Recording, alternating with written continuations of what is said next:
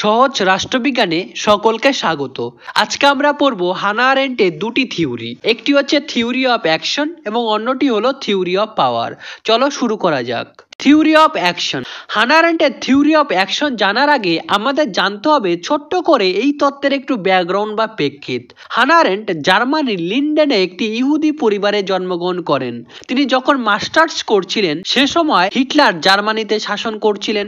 Hitler ইহুদিদের ওপর নানান ধরনের শোষণ করেছিলেন, তাদের হত্যা করেছিলেন, তাদের ওপরে এক অবিচার করেছিলেন। হানা আরেন্ট তখন আমেরিকাতে চলে যায়। ভাবতে থাকেন কি করে একটি গণতান্ত্রিক সরকার হিটলার যে গণতন্ত্রের দ্বারা ক্ষমতা এসেছিলেন সে এমন স্বৈরাচারী হয়ে উঠলো, তার কারণ কি? হানা বলেন লোক সঠিক সময়ে অ্যাকশন নেয়নি, তখন তিনি থিওরি অফ অ্যাকশন দেন। এই থিওরি অফ অ্যাকশন বোঝার পূর্বে আমাদের আরো জানতে হবে তিনি একজন ফেনোমেনোলজিস্ট। তিনি তার নিজের ওয়ার্ড নিজে ডিজাইন করতেন, অর্থাৎ তিনি নিজের শব্দের মানে নিজেই ডিজাইন করতেন। যেমন লেবার বলতে আমরা কি বুঝি? শ্রম করা। কিন্তু তিনি তার থিওরি বোঝানোর জন্য নিজের শব্দকে নিজের মতো করে ব্যাখ্যা করেছেন। চলো দেখে নিই। হানা বলেছেন মানুষ দুই ধরনের অ্যাকশন করে, একটি হলো ভিটা অ্যাক্টিভিটা যা অ্যাকশন এবং অন্যটি হলো ভিটা কন্টেম্পলেটিভা, এটি হচ্ছে থিঙ্কিং। কন্টেম্পলেটিভ থিঙ্কিং করা। ভিটা কন্টেম্পলেটিভা বা থিঙ্কিং কে তিনি গুরুত্ব দেননি, উল্টে তিনি এর সমালোচনা করেছেন। তিনি বলেছেন শুধুমাত্র মানুষ থিঙ্কিং করে, সে কোনো অ্যাকশন নেয় না, কোনো অ্যাক্টিভ কার্য করে না। তিনি অ্যাকশন সাপোর্ট করেছেন। অ্যাকশন বলতে হানা বলেছেন লেবার, ওয়ার্ক এবং অ্যাকশনের কথা। চলো দেখে নিই এটি কি বিষয়। লেবার বলতে তিনি বুঝিয়েছেন এমন কিছু কাজ যা মানুষকে করতেই হয়, সে তা করতে বাধ্য। যেমন মানুষের তৃষ্ণা পায়, খিদে পায় এবং মানুষ প্রকৃতির ডাকে সাড়া দেয় ইত্যাদি।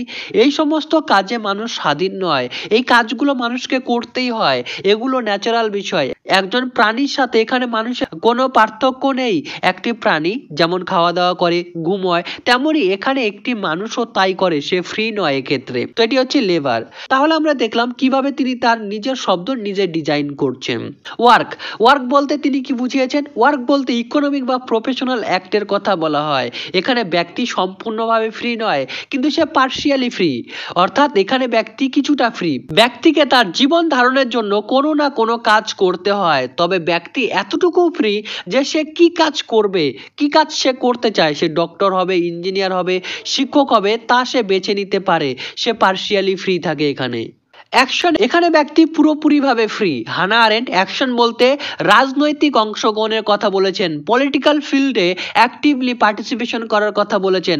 মানুষ রাজনৈতিক অংশগ্রহণে সম্পূর্ণভাবে স্বাধীন থাকে। সে কি রকম সমাজ চায়, তার রাজনৈতিক চিন্তাভাবনা কি, সে তা প্রকাশ করতে পারে। এক্ষেত্রে সে সম্পূর্ণভাবে স্বাধীন। অ্যাকশনের মধ্যে তাহলে আমরা দেখতে পাচ্ছি ফ্রিডম রয়েছে। অ্যারিস্টটল যেমন বলেছিলেন যে মানুষের এক বিশেষ ইউনিকনেস রয়েছে, সেটি হলো সে মত প্রকাশ করতে পারে। সেই মত প্রকাশের জায়গা রয়েছে পলিটিক্সের মধ্যে। মানুষ পলিটিক্যাল ফিল্ডে, রাজনীতিতে স্বাধীনভাবে তার মত জানাতে পারে। হানা আরেন্টও এমনই বলেছেন। এবং এই অ্যাকশনের মধ্যে রয়েছে প্লুরালিটি, প্রত্যেকটা মানুষ ইকুয়ালি মত প্রকাশ করতে পারে। এখানে মত প্রকাশের বৈচিত্র্যতা স্বীকৃত। তো আমরা দেখতে পেলাম ফ্রিডম, যেটা মানুষের ইউনিকনেস, তা সে রাজনীতিতে ইমপ্লিমেন্ট করতে পারে, সে মত প্রকাশ করতে পারে। এবং এর পাশাপাশি রয়েছে প্লুরালিটি, ইকুয়ালিটি প্লাস ডাইভার্সিটি এখানে রয়েছে। মানুষ সবাই সমান মত প্রকাশ করতে বা রাজনৈতিক ফিল্ডে সবাই অংশগ্রহণ করতে পারে এবং সবার মতকে যথেষ্ট গুরুত্ব দেওয়া হয়। তো হানা আরেন্ট এমন অ্যাকশনের কথা কেন বলেছেন? হানা আরেন্ট বলেন জার্মানিতে হিটলার এমন স্বৈরাচারী হয়ে উঠেছিল তার কারণ জনগণ সঠিকভাবে রাজনীতিতে অংশগ্রহণ করেনি, অ্যাক্টিভলি পার্টিসিপেশন করেনি, লোক সময় মতো মতামত প্রকাশ করেনি, লোক সময় মতো অ্যাকশন নেয়নি। জনগণ যদি অ্যাক্টিভলি বা সক্রিয়তার সাথে রাজনীতিতে অংশ নিত, প্রতিরোধ গড়ে তুলতো, তাহলে হিটলার হয়তো এত স্বৈরাচারী হয়ে উঠতো না, এমন এক টোটালিটেরিয়ান সরকারের জন্ম হতো না। তাই হানা আরেন্ট বলেন জনগণকে অবশ্যই অ্যাকশন নিতে হবে, অর্থাৎ রাজনীতিতে অংশগ্রহণ, পলিটিক্যাল ফিল্ডে অংশগ্রহণ করতেই হবে। সঠিক সময় অ্যাকশন নেওয়া খুব জরুরি। তাই হানা আরেন্ট প্রত্যেককে স্বাধীনভাবে সক্রিয়তার সাথে রাজনীতিতে যোগদান করার কথা বলেছেন। এটি হচ্ছে হানা আরেন্টের থিওরি অফ অ্যাকশন। হানা আরেন্ট এই থিওরি অফ অ্যাকশনটি দিয়েছেন তার বই দ্য হিউম্যান কন্ডিশনে। এবার আমরা জানবো তার দ্বিতীয় তত্ত্ব পাওয়ারের ব্যাপারে। আগেই বলেছি তিনি একজন ফেনোমেনোলজিস্ট ছিলেন, অর্থাৎ নিজেই নিজের শব্দ ডিজাইন করতেন। তাই সাধারণভাবে পাওয়ার বলতে যা বোঝায় তা কিন্তু তিনি বলেননি। সাধারণভাবে আমরা জানি যে ক্ষমতা হলো অন্যের ওপর আদেশ এবং আধিপত্য। সাধারণভাবে ক্ষমতা বলতে আমরা যা বুঝি অন্য কোনো ব্যক্তি বা গোষ্ঠীর আচরণ বা কার্যকলাপকে নিজের ইচ্ছা অনুযায়ী প্রভাবিত বা নিয়ন্ত্রিত করার সামর্থ্য। কিন্তু হানা এমনটা বলেননি। তাহলে দেখে নেই তিনি কি বলেছেন। হানা আরেন্টের পাওয়ার বোঝার পূর্বে আমাদের জানতে হবে যে স্ট্রেংথ কি, ফোর্স কি, তারপরে আমরা বুঝতে পারবো তার পাওয়ারের তত্ত্ব। চলো দেখে নিই। স্ট্রেংথ, কোনো এক ব্যক্তি যে কাজ করে তা তার স্ট্রেংথ।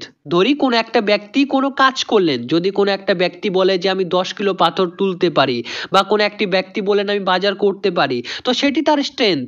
যদি কোনো ব্যক্তি বলেন যে আমি এই কাজটি করতে পারি, ওই কাজটি করতে পারি, তাহলে সেটি হলো তার স্ট্রেংথ, সেটি পাওয়ার নয়। তো এটি হচ্ছে স্ট্রেংথ। ফোর্স বলতে হানা আরেন্ট কি বলছেন? ফোর্স হচ্ছে নেচারের ইম্প্যাক্ট, অর্থাৎ ন্যাচারাল বিষয়, প্রাকৃতিক বিপর্যয়, জোরে হাওয়া বয়ে চলা, ভূমিকম্প ইত্যাদি হচ্ছে ফোর্স। হানা আরেন্ট পাওয়ার বলতে কি বুঝিয়েছেন? Power is the human ability to act together.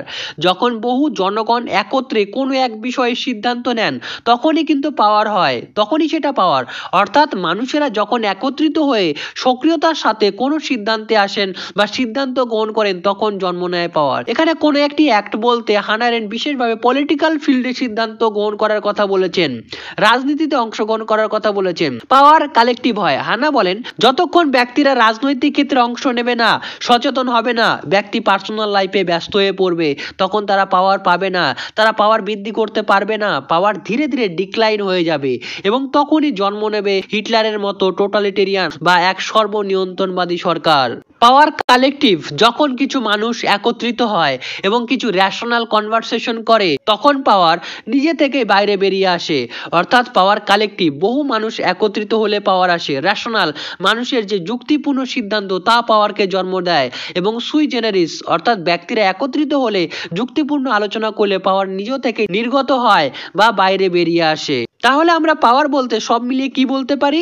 Power is the human ability to act together. Power comes into being only when people join themselves together to sustain or change the world they share with one another. ক্ষমতা তখনই কিন্তু অস্তিত্ব লাভ করে যখন জনগণ একত্রে বিশ্বকে টিকিয়ে রাখতে বা পরিবর্তন করতে যোগ দেয়। কালেকটিভ পাওয়ার, কালেকটিভ বিষয়। হানা আরেন্ট তার অন রিভলিউশন বইতে বলছেন the human ability not just to act but to act in concert. অর্থাৎ পাওয়ার বলতে শুধু কোনো কিছু করাই পাওয়ার নয়, কোনো অ্যাক্ট করাই পাওয়ার নয়, সমবেতভাবে কোনো কিছু করা হচ্ছে পাওয়ার, কালেকটিভ কোনো অ্যাক্ট করা হচ্ছে পাওয়ার। তিনি আরো বলছেন power is never the property of an individual, it belongs to A group and remains in existence only so long as the group keeps together. অর্থাৎ ক্ষমতা কখনই একজনের সম্পত্তি নয়, এটি একটি গোষ্ঠীর অন্তর্ভুক্ত বিষয়, এটি কালেকটিভ। ততক্ষণ পর্যন্ত এই ক্ষমতা থাকবে যতক্ষণ পর্যন্ত তারা একত্রে থাকবে, সেই গ্রুপটি একত্রে থাকবে, তারা কালেকটিভ থাকবে। যখনই তারা কালেকটিভ থেকে চলে যাবে ক্ষমতা কিন্তু সেখান থেকে বেরিয়ে যাবে। একটি উদাহরণ দিয়ে স্পষ্ট করি, ধরা যাক কোনো একটা সরকার দুর্নীতি করছে, তো যখন মানুষ একত্রিত হয়ে সেই দুর্নীতির বিরুদ্ধে রুখে দাঁড়াবে, সরকার পরিবর্তনে এগিয়ে আসবে বা সেই দুর্নীতিপরায়ণ ব্যক্তিটিকে সরিয়ে দেওয়ার জন্য এগিয়ে আসবে, তখনই কিন্তু পাওয়ার হবে। যখনই সেই ব্যক্তিগুলো আবার নিজেদের কাজে ফিরে যাবে তখন কিন্তু আর তা পাওয়ার থাকবে না, তখন তা চলে আসবে স্ট্রেংথ, তখন কিন্তু পাওয়ার বেরিয়ে গেল। তো এটি হচ্ছে হানা আরেন্টের মতে পাওয়ার। হানা আরেন্ট তার পাওয়ার থিওরিটি দিয়েছেন অন রিভলিউশন নামক বইতে। এই বইটি প্রকাশ পায় 1963 সালে। হানা আরেন্টের থিওরি অফ অ্যাকশন এবং থিওরি অফ পাওয়ার বাদেও আরো তার অনেক থিওরি রয়েছে, যেমন তার টোটালিটেরিয়ান থিওরি, যেমন তার রিভলিউশনের উপরে থিওরি রয়েছে, তার ফ্রিডমের উপরে থিওরি রয়েছে। তার আরেকটি গুরুত্বপূর্ণ তত্ত্ব রয়েছে বানালিটি অফ এভিল। এই থিওরিগুলি আমি আমার নেটসেটের কোচিং এ আলোচনা করি। যদি তোমরা কেউ নেটসেটের কোচিং এ ভর্তি হতে চাও তবে এই নাম্বারে যোগাযোগ করতে পারো, আর না হলে তোমাদের একটু ওয়েট করতে হবে, হয়তো আমি পরবর্তীকালে এই ভিডিওগুলি নিয়ে আসতেও পারি। এর পাশাপাশি তার কিছু গুরুত্বপূর্ণ বই এবং কিছু গুরুত্বপূর্ণ ফ্যাক্ট রয়েছে, তিনি কেন প্লেটোকে সমালোচনা করেন, অ্যারিস্টটলকে তিনি কেন সমালোচনা করেননি, এই বিষয়েও একটি আলোচনা হয়। সবশেষে তোমাদের ভিডিওটি ভালো লাগলে চ্যানেল শেয়ার করে আমার পাশে থাকলে আমি অত্যন্ত খুশি হব। Thank you.